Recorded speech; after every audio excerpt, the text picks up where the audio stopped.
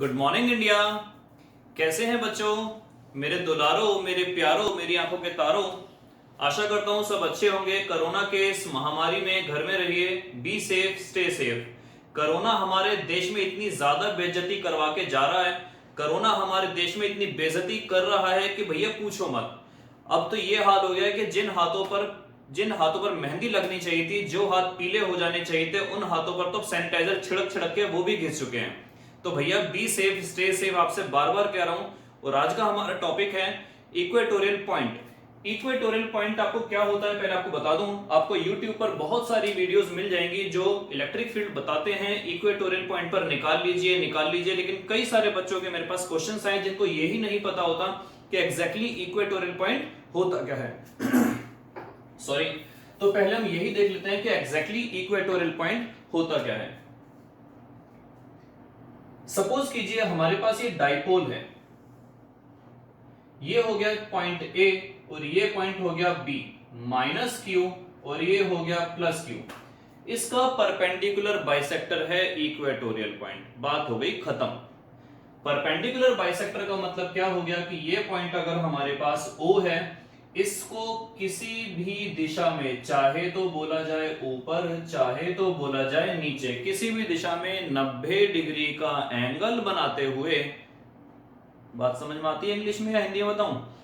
90 degree का angle बनाते हुए, 90 डिग्री का कोण बनाते हुए आप अगर ऊपर की तरफ ले जाओ, चाहो तो नीचे की तरफ ले जाओ, वो बनता है आपके पास इक्वेटोरियल पॉइंट। और अगर उसी लाइन से हम खींच दें सारा का सारा प्लेन, वो बन जाएगा इक्वेटोरियल प्लेन। अगर मैंने यहां पर एक लाइन खींची और यहां पर मैंने पॉइंट डाल दिया P, तो ये माना जाएगा आपका इक्वेटोरियल पॉइंट। आज हमारा टॉपिक यही है। यहां पर आपको निकालना है क्या? Electric field. आपको बताया गया था पॉजिटिव चार्ज की वजह से इलेक्ट्रिक फील्ड जाती है, इसका नाम दे दिया EB। और नेगेटिव चार्ज की वजह से इलेक्ट्रिक फील्ड चार्ज में ही घुस जाती है, यानी कि इस डायरेक्शन में, और ये आपको दे दिया EA। जैसा कि आपको बताया गया था कि ये पूरा का पूरा डिस्टेंस होता है 2A, ये वाला A एंगल 90, ये वाला A, इसको मान लिया R। तो परपेंडिकुलर का जो कंसेप्ट होता है, पाइथागोरस थ्योरम जो होती है, R का स्क्वायर प्लस A का स्क्वायर का रूट, ये निकल के आएगा R square plus A square पे रूट। उसी तरीके से ये वाला भी निकल के आएगा R square plus A square पे रूट। अगर मैं यहां पर एक थीटा मान लूं तो डेफिनेटली ये वाला भी कितना होगा? थीटा। आपको निकालनी है इन दोनों का नेट रिजल्टेंट। अगर मैं इसको दो कंपोनेंट्स में ब्रेक कर दूं, एक कंपोनेंट हो गया ये वाला और एक कंपोनेंट हो गया ये वाला। उसी तरीके से इसको ब्रेक करूं तो एक कंपोनेंट हो गया ये वाला और एक कंपोनेंट हो गया ये वाला। मैथमेटिक्स में आप लोगों ने पढ़ा होगा 9th क्लास में, 10th क्लास में, अगर दो लाइनें पैरेलल हैं, जैसे कि ये लाइन और ये लाइन पैरेलल है, तो ये वाला एंगल अगर थीटा है तो ये वाला एंगल भी थीटा। इसको हम बोलते हैं अल्टरनेट एंगल। क्या बोलते हैं भैया? तुम्हारी आवाज तो आने वाली है नहीं मेरे पास, तो मैं समझ जाता हूं कि आप लोगों के दिल ने बोला है कि इसको क्या बोलते हैं? Alternate angle. तो अगर ये थीटा है तो डेफिनेटली ये वाला भी कितना होगा? थीटा। ये वाला थीटा है तो डेफिनेटली ये वाला भी कितना होगा? थीटा। लेकिन ये अल्टरनेट एंगल नहीं है, ये है आपके पास कॉरस्पॉन्डिंग एंगल। ये अगर थीटा है तो डेफिनेटली ये वाला भी थीटा है, आप देख सकते हैं। ठीक है जी। अब बात करते हैं आगे कुछ एक दो पॉइंट्स की। डेरिवेशन बहुत इजी है, बस अगर कंसेप्ट्स आपके दिमाग में घुस गए, ठुस गए, तो आपको अच्छी तरह समझ में आ जाएगा। दूसरी बात, अब देखिए, अगर दो लाइनें परपेंडिकुलर हैं, बीच में कोई एक लाइन ऐसे पड़ी है, ये है A, अगर जिसके साथ एंगल बन रहा है थीटा, तो मेरे कुछ पुराने स्टूडेंट्स वो जानते होंगे मेरे पढ़ाने का तरीका क्या है। अगर ये है A, तो ये जिसके साथ एंगल बन रहा है ये क्या है? ठीक पहचाना, ये है A cos थीटा। तो हमेशा ध्यान रखो जिसके साथ एंगल बनता है वो होता है A cos थीटा, जिसके साथ एंगल नहीं बनेगा ये होता है A sin थीटा। इसके पीछे लॉजिक है, हम बात करेंगे कल संडे की क्लास में। कल संडे की क्लास आपकी रहेगी थोड़ी लंबी चौड़ी, थोड़ी लेंथी सी। एनसीईआरटी के कई सारे न्यूमेरिकल्स कोशिश करेंगे उसमें सॉल्व करने की। तो ये कंसेप्ट आपको कल ही क्लियर करवा दूंगा मैं। ये अगर है ए, तो जो हॉरिजॉन्टल लाइन या जिसके साथ एंगल बनेगा, अगर बाय चांस मैं ऐसे कंसीडर करता, ये है ए और ऊपर वाले के साथ थीटा बना, तो डेफिनेटली ये हो जाता ए कॉस थीटा और नीचे वाला हो जाता ए साइन थीटा। तो आप देख सकते हैं ये है ई ए, तो जिसके साथ एंगल बना ये हो जाएगा ई ए कॉस थीटा, और जिसके साथ एंगल नहीं बना ये हो जाएगा ई ए साइन थीटा। ऐसे ही ये है ई बी, जिसके साथ एंगल बना ये हो जाएगा ई बी कॉस थीटा, जिसके साथ नहीं बना ये हो जाएगा ई बी साइन थीटा। चलिए स्टार्ट करते हैं अपने डेरिवेशन लेके प्रभु का नाम। तो हमारा टॉपिक है आज का इलेक्ट्रिक फील्ड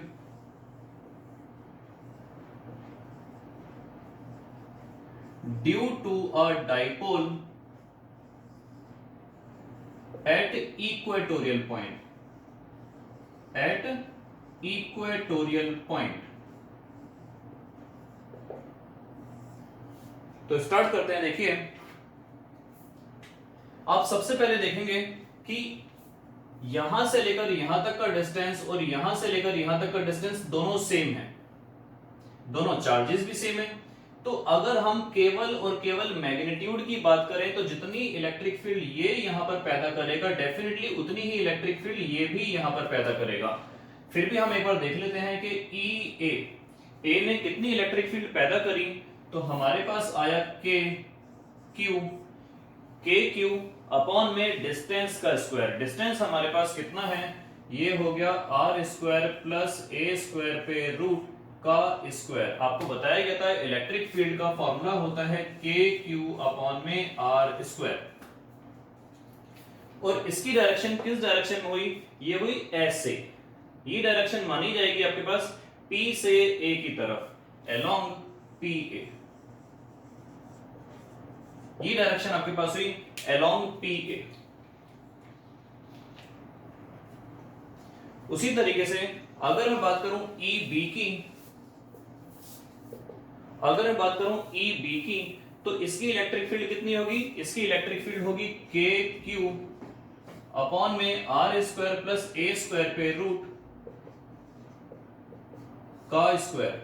और इसकी इलेक्ट्रिक फील्ड होगी बी से पी की तरफ, बी पी जाती हुई along BP।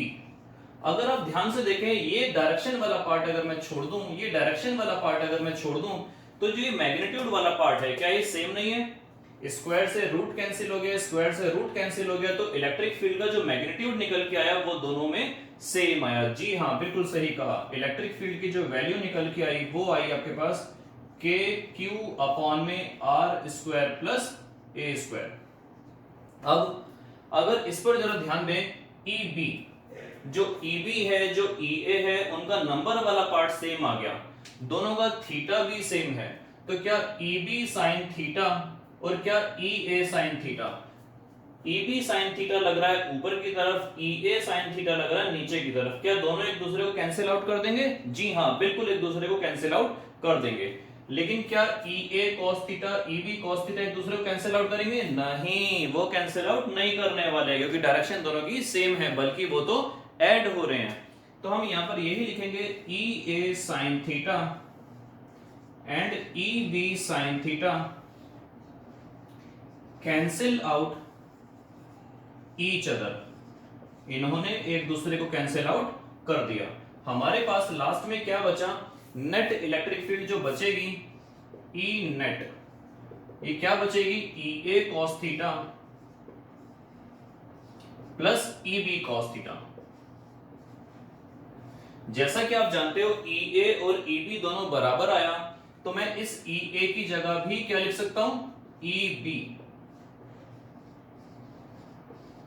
और ये भी आपके पास कितना है, E B cos theta. E B cos theta और ई बी कॉस थीटा मिलकर कितना हो जाएगा, ये हो जाएगा 2 times E B cos theta. और ई बी की वैल्यू आपके पास कितनी निकल के आई, ये आई थी आपके पास के क्यू अपॉन में आर स्क्वायर प्लस ए स्क्वायर। और कॉस थीटा की वैल्यू आपके पास कितनी आई, कॉस थीटा ट्रिग्नोमेट्री के अंदर हुआ करता था बेस अपॉन में हाइपोटेनियस। तो यहां से अगर हम ध्यान से देखें बेस हो गया a और हाइपोटेनस हो गया आपके पास आर स्क्वायर प्लस ए स्क्वायर का रूट। ये पावर है पूरी और ये पावर है अधूरी। अरे भाई तो शेर बन गया। ये पावर है पूरी और ये पावर है अधूरी, तो एक में आधी पावर जोड़ देंगे तो ये बन जाएगी 1.5 या फिर बोला जाए 3/2। तो ई नेट आपके पास कितना आया 2। इसको भी देखो हम थोड़ा सा और इजी कर सकते हैं, ये है Q, 2 की a में मल्टीप्लाई करी ये बन गया 2a और नीचे आ गया आर स्क्वायर प्लस ए स्क्वायर की पावर 3/2। आपको बताया गया था Q इंटू 2a होता है डाइपोल मोमेंट। जी हाँ बच्चों, याद आ गया होगा आपको। तो इलेक्ट्रिक फील्ड मेरे बच्चे बड़े प्यारे प्यारे हैं, Kp अपॉन में आर स्क्वायर प्लस ए स्क्वायर की पावर 3/2। तो Q इंटू 2a बन गया P, साथ में है K, आर स्क्वायर प्लस ए स्क्वायर की पावर आ गई 3/2। अब बात करते हैं डायरेक्शन की। ये डायरेक्शन किस तरफ है? ऐसे, इस तरफ, B से A की तरफ, अलोंग BA। लेकिन अगर बात करें डाइपोल मोमेंट, इसकी डायरेक्शन आपको मैंने क्या बताई थी? Negative to positive. Negative charge हमारा A पर रखा है, पॉजिटिव चार्ज B पर रखा है, तो ये डायरेक्शन कैसी मानी जाएगी? Along AB। तो इसका मतलब क्या हुआ? इक्वेटोरियल पर डायरेक्शन अपोजिट आ रही है कि सेम आ रही है? देखो भैया BA और AB तो डेफिनेटली डायरेक्शन अपोजिट आ रही है, डायरेक्शन अपोजिट है। तो इसका मतलब क्या हुआ? अगर हम इक्वेटोरियल पर डायरेक्शन निकालना चाहेंगे इलेक्ट्रिक फील्ड की तो वो अपोजिट मिलेगी आपको P के, यानी कि डाइपोल मोमेंट के। लेकिन अगर हमने कल एक्सियल पर निकाली थी वो डायरेक्शन सेम आई थी। एक बात और, अगर ये शॉर्ट डाइपोल हो जाए, शॉर्ट डाइपोल अगर ये हो जाए, ऐसी कंडीशन में हम A को कैंसिल आउट कर देंगे जैसा कि हमने कल करा था। तो यहां पर हम लिख देंगे R is much much greater than A। तो E आपके पास फाइनली कितना हो जाएगा? ये हो जाएगा Kp अपॉन में A कैंसिल आउट कर दिया और आपके पास क्या मिला? R स्क्वायर और इसकी पावर 3 अपॉन में 2, 2 से 2 चला गया, ये आपके पास आ गया Kp अपॉन में R क्यूब। ये आपके पास निकल के आई फॉर शॉर्ट डाइपोल। और आपको अगर याद हो कि हमने जो एक्सियल की निकाली थी, एक्सियल वाली आपकी आई थी, ये एक्सियल वाली शॉर्ट डाइपोल की, ये आपके पास आई थी 2kp अपॉन में r क्यूब। तो ध्यान से देखो, शॉर्ट डाइपोल के लिए इक्वेटोरियल वाली आ रही है kp अपॉन में r cube, for short dipole axial वाली आ रही है 2kp अपॉन में r क्यूब। तो क्या हम यहां पर बोल सकते हैं कि जो E एक्सियल वाली थी वो दुगनी है E इक्वेटोरियल वाली। यहां पर आज का टॉपिक होता है फिनिश। डेरिवेशन समझ में ना आए तो कमेंट बॉक्स में बता दीजिएगा, दोबारा समझा दी जाएगी एक बार। ये डेरिवेशन एक्सियल वाली से भी ज्यादा इंपॉर्टेंट एग्जैक्टली है क्या कि जो आपके साइन थीटा वाले कंपोनेंट्स हैं वो कैंसिल आउट हो गए और कॉस थीटा वाले आपके ऐड हो गए। तो इस तरीके से हमने करी इक्वेटोरियल की डेरिवेशन। नेक्स्ट क्लास में स्टार्ट करेंगे आपके पोटेंशियल एनर्जी। और हाँ, आपको कल का बता दिया गया है, क्लास थोड़ी लंबी चौड़ी लेंथी सी होगी, न्यूमेरिकल्स कराए जाएंगे काफी सारे।